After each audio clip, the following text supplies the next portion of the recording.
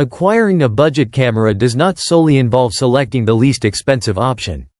It is essential to choose a camera that aligns with your shooting preferences and financial constraints. Fortunately, budget cameras have significantly improved due to advancements in camera technology. Additionally, as smartphones have become increasingly capable, many excellent cameras tend to be overlooked. Therefore, let us explore the top budget cameras suitable for various shooting styles and, crucially, for your financial plan. Furthermore, I will provide links below for all the cameras we discussed. Now, let's start off with the best hybrid camera on a moderate budget, with cheaper ones to follow, and that is the Canon R50. The reason I love the Canon R50, specifically for beginners, is that this camera is dead simple to use.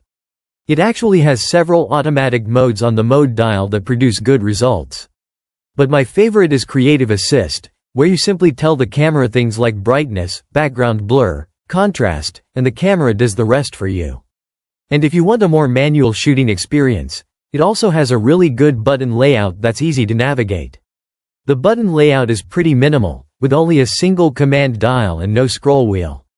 But the easiest and fastest way to use this camera is actually the side articulating touchscreen on the back, which gives you complete access to everything, including touch autofocus. Now, let's not forget about the actual images. The image quality is genuinely impressive. The Canon R50 has a 24-megapixel APS-C size sensor, which is perfect for this type of camera. When it comes to shooting photos, the R50 shoots crazy fast at 12 to 15 frames per second. And in JPEG mode, it can also shoot for a really long time. However, when shooting RAW photos, it only shoots 7 photos in a row. And you definitely want to shoot RAW if you're going to be heavily editing your photos. So, the Canon R50 is a great action camera, but only in JPEG mode. And I don't recommend this for RAW shooters who also want to shoot action. But if you're a RAW shooter and you're only doing slow and deliberate shooting, the Canon R50 will be just fine.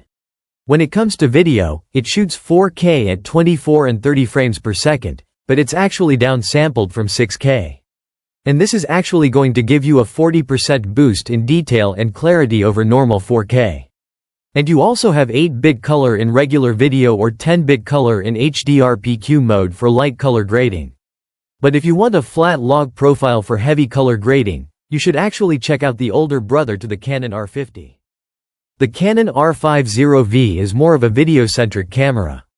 And the Canon R50V is also $100 cheaper if you buy the body alone, but it is more expensive with a lens, which is why it's not on this list. But I did put out a full review on the channel, so check that out if you're more of a video shooter. Now, if you're a beginner hybrid shooter who wants to do casual, everyday lifestyle photography and a bit of video, the Canon R50 is pretty hard to beat. The design is fantastic, the image quality is fantastic. There's not really more you could ask for. Well, maybe you could ask for a lower price. So, here's an ultra-budget alternative, and that is the Canon M50 for less than half the price. It's a very similar sensor, featuring nearly the same colors and design, and it also boasts a touchscreen and an EVF with numerous automatic modes for easy shooting.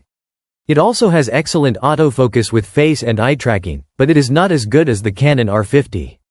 In photo mode, it shoots 10 frames per second with more RAW photos in a row than the R50. So, technically, the M50 is better. However, in 4K mode, the M50 only shoots 4K at 24 frames per second with no option for 30. And there's also a really big crop, and it's only 8-bit with a ton of rolling shutter. The 4K is just not good. The M50 is more of a 1080p camera because it can shoot 1080p at 24, 30, and 60 frames per second, which is more than good enough for most social media and casual shooting. However, Sony Cinema profiles. But the most important thing to note is that the ZV-E10 and the A6400 are very different in terms of design. The A6400 is more of a photo body with a traditional mode dial EVF, and a tilt screen that flips up to the top for vlogging. However, it only has touch autofocus on the back screen and does not give you touch controls over your other settings. And the ZV-E10 is more of a vlogging and content creation camera with a single button to switch between photo, video, and slow motion, plus a button on top to enhance your background blur, and a 3-capsule microphone for solid in-camera audio. But I do recommend using an external microphone. On top of that, it has a side articulating screen for vlogging, and there is no EVF, but it does have touch autofocus. And if you're confused, the A6400 is mainly for photo shooters. The ZVE10 II is more of a video and content creation camera. But either way, you can't go wrong because these cameras are so similar. Now, if we're talking about the cheapest camera, this can get a bit tough. Because of the lower price, you are usually sacrificing performance. However, in this ultra-budget niche, there is one camera that still gives you spectacular image quality and only takes away the features that most beginners don't actually need, and that is the Canon R100. It's actually a budget version of the Canon R50 and the M50 with all of the fancy bells and whistles taken out. The R100 has a very similar button layout and grip to the R50 and M50, and it also has a built-in flash and viewfinder. However, the screen on the back is fixed and is not touch-sensitive. But if you do want touch controls, you can actually wirelessly connect your phone to the camera and get a live feed of whatever your camera sees, and also change all of your major settings. But one thing to note is that the Canon R50 can also do this.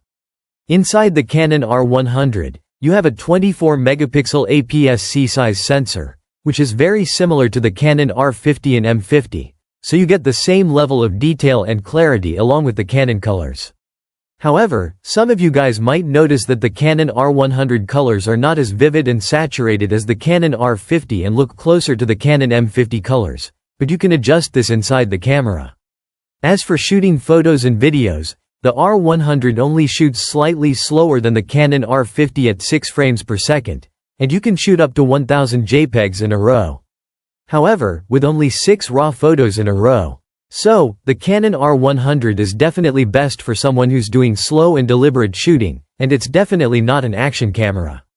As for video, the Canon R100 does shoot 4K, but it has a massive crop and the image quality isn't great. Your phone is probably going to do a better job. But if you're only shooting full HD, you can actually shoot as high as 60 frames per second with a special slow motion mode for 120 frames per second that looks absolutely epic. Thank you for watching this video. If you found this video helpful, please subscribe, press the bell icon, and leave a comment below. Check out the description to find the product links.